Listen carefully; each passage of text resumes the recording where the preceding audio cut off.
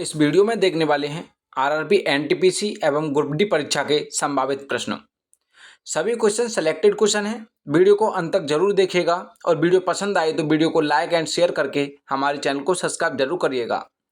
चलिए शुरू करते हैं।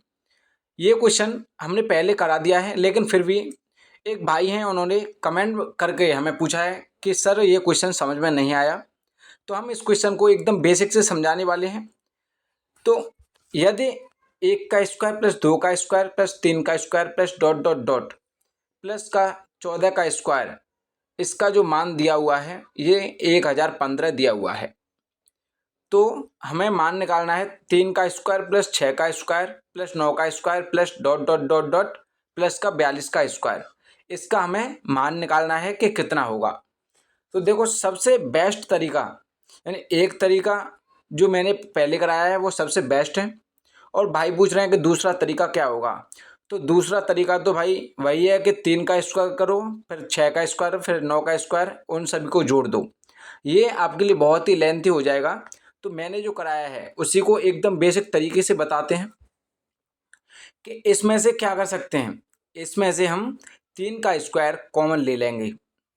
कॉमन लेने के बाद में जो अंदर बचेगा, अंदर कितना बचेगा, 1 का स्क्वायर प्लस का 2 का स्क्वायर प्लस का 3 का स्क्वायर, इस प्रकार से ये बचेगा, प्लस का dot dot dot dot dot 42 की जगह कितना हो जाएगा, या ये हो जाएगा 14 का स्क्वायर, ये हो जाएगा।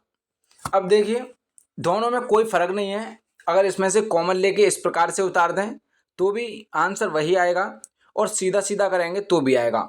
कैसे, 3 का स्क्वायर कितना होता है, 9 होता है। 6 का स्क्वायर कितना होता है, 36। इसी प्रकार से 9 का स्क्वायर कितना होता है, 81। और जब कॉमन लेने की बात करेंगे तो कितना आएगा, देखते हैं। 3 का स्क्वायर कितना होगा, ये आपका 9 हो जाएगा, और ब्रैकेट में कितना है, 1 का स्क्वायर, तो 1 का स्क्वायर 1 होता है। 9 का 1 में मल्टीप्लाई करेंगे तो 9 आ जाएगा, जो आपका ये वाला भी आया है। इसी प्रकार से जब 3 का स्क्वायर 9 कर दिया हमने, तो 2 का स्क्वायर जब करेंगे तो कितना आ जाएगा, 4। 4 का 9 में मल्टीप्लाई करने पर कितना आएगा, 36 आएगा। इसी प्रकार से 3 का जो स्क्वायर होगा 9 हो जाएगा, 9 का 9 में मल्टीप्लाई करेंगे तो 81 आएगा। तो इस प्रकार से हम क्वेश्चन को बहुत ही इजी बनाते हैं। तो चलिए देखते हैं। तो इसमें से हमने 3 कॉमन ले लिया। 3 का जो स्क्वायर है हमने कॉमन ले लिया।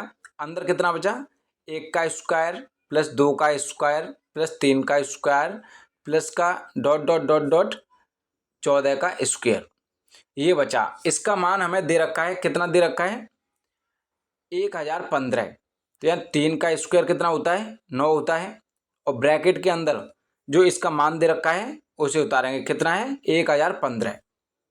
1015 जब इसका मल्टीप्लाई करेंगे तो ये कितना आ जाएगा, 9 पंजे 45 का 5, 9 का 1 में एक बार 9 1 9 और 4 13 का 3 कैरी 1, 9 का 0 में 0 और 9 का 0 हो जाएगा, 0 और 1 कैरी है तो 1 आएगा, और 9 का 1 में करेंगे तो 9, यानी इसका जो राइट आंसर हो जाएगा वह 9135, यानी कि 9135। ऑप्शन बी करेक्ट आंसर हो जाएगा इसका। उम्मीद करता हूँ ये अच्छे से समझ में आया होगा। चलिए अगला क्वेश्चन देखते हैं।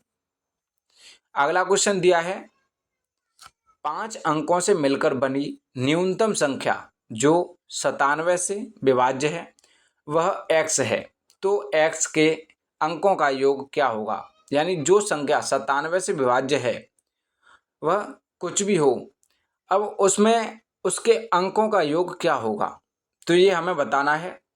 तो जो सबसे न्यूनतम संख्या होती है 5 अंकों की वह होती है 10,000। 5 अंकों की न्यूनतम संख्या 10,000 होती है। अब हमें निकालना है कि जो इससे विभाज्य होगी, 97 से विभाज्य होगी, उस संख्या के अंकों का योग क्या होगा।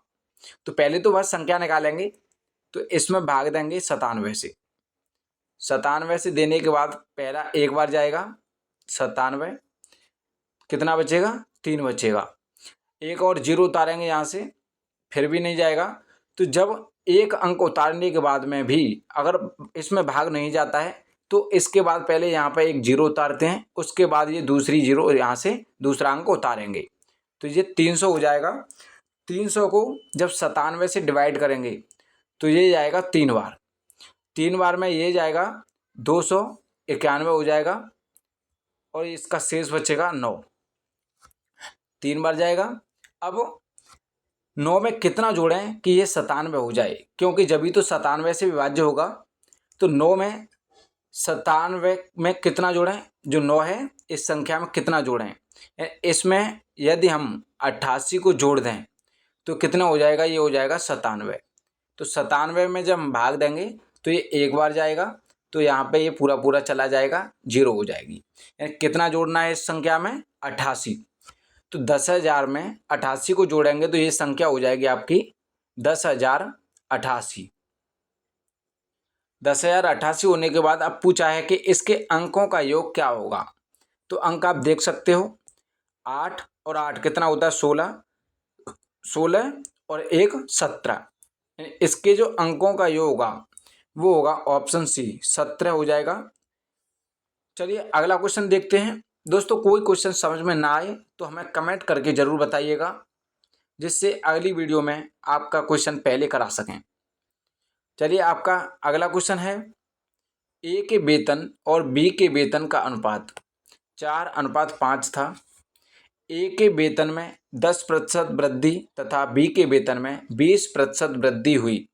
अब ए के वेतन और बी के वेतन का अनुपात क्या होगा। तो जब भी ऐसा क्वेश्चन दिया हो तो सबसे पहले कैसे करेंगे कि ये ए और बी इनका अनुपात दिया है, ये 4:5 में है। अब इसमें कहता है कि ए में 10% वृद्धि और बी में 20% वृद्धि, यानी इसे एकदम इजी बनाने के लिए अनुपात में दिया है, तो अनुपात में आप समान रखने के लिए इसे कितना भी बड़ा कर सकते हो। जैसे इसे 10 से मल्टीप्लाई करके 40 बना सकते हो, तो इसको भी 10 से ही करना पड़ेगा, ये 50 हो जाएगा। अगर इसे 400 करोगे तो ये 500 हो जाएगा।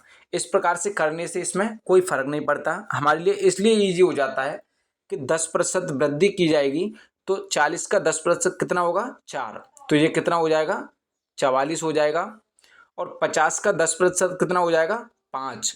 अब इसमें 20% की वृद्धि हुई है, तो 20% के लिए इसमें कितना बढ़ेगा, 10 जोड़ने पर ये हो जाएगा आपका 60।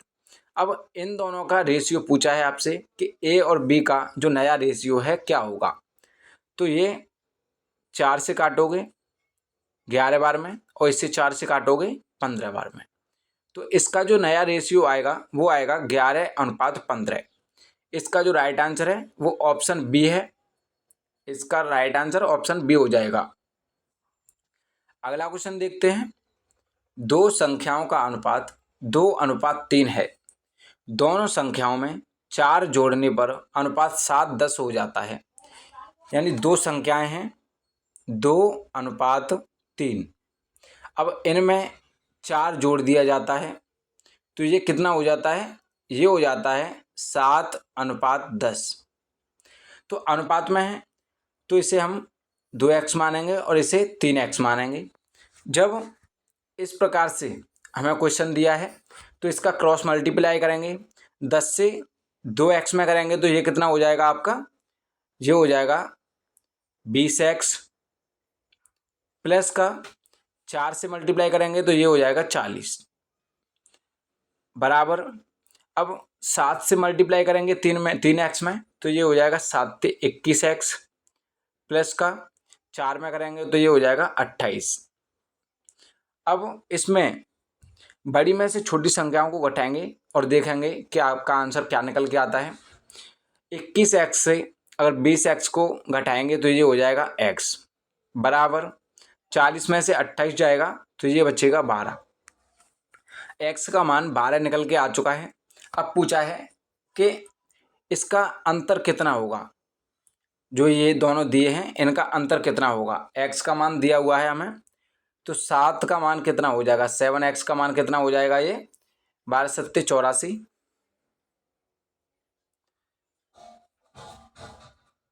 और दूसरा हो जाएगा आपका 120। अब इनमें अंतर दिया है आपका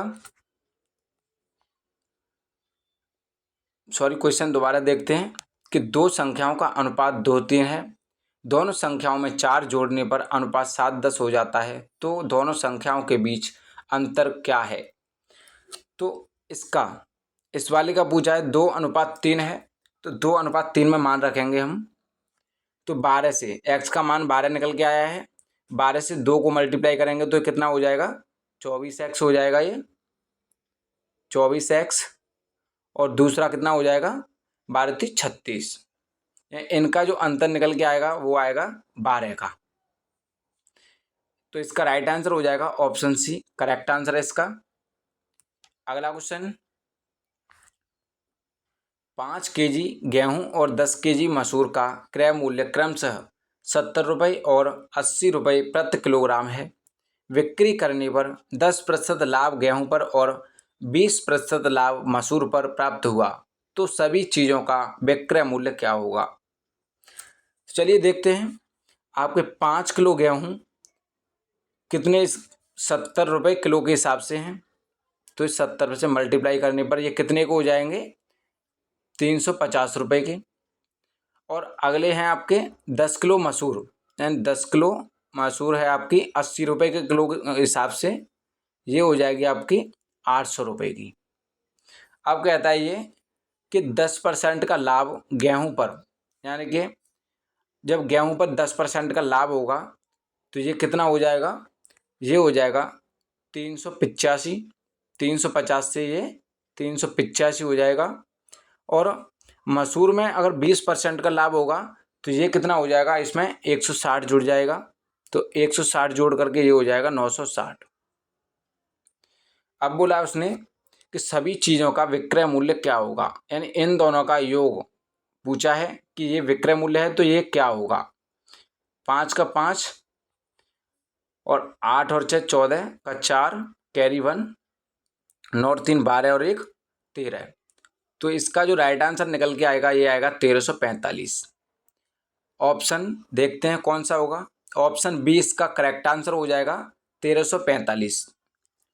अगला क्वेश्चन, 5 से बड़ी किंतु 18 से छोटी सभी अभाज्य संख्याओं के योग का 1/3 इनमें से किसके वर्ग के बराबर होगा।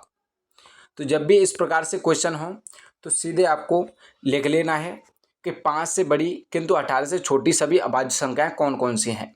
तो 5 से बड़ी पहली आपकी 7 होगी, उसके बाद 11 होगी, फिर 13 और ये फिर 17। ये 5 से बड़ी और 18 से छोटी ये अभाज्य संख्याएं हैं। अब ये जोड़ करके इनका जो योग होगा उसका 1/3 इन ऑप्शनों में से किसके वर्ग के बराबर होगा। तो जोड़ेंगे 11 और 7 कितना हो जाएगा, 18। 18 और 13 31, 31 और 17 कितना हो जाएगा, 48। तो 48 का 1/3, 1/3 कितना हो जाएगा इसका, 16, क्योंकि 3 से 48 को जब भाग देंगे तो ये 16 बार जाएगा। तो 16 ये 1/3 है। अब ये ऑप्शन जो दिए हैं इनमें से ये किसका वर्ग है, तो ये है 4 का वर्ग। ऑप्शन बी इसका करेक्ट आंसर हो जाएगा। यही उसने पूछा है कि इनमें से किसके वर्ग के बराबर होगा, तो ऑप्शन बी करेक्ट आंसर है इसका। अगला क्वेश्चन, दोस्तों वीडियो पसंद आई हो तो वीडियो को लाइक एंड शेयर करके हमारे चैनल को सब्सक्राइब जरूर करें। धन्यवाद।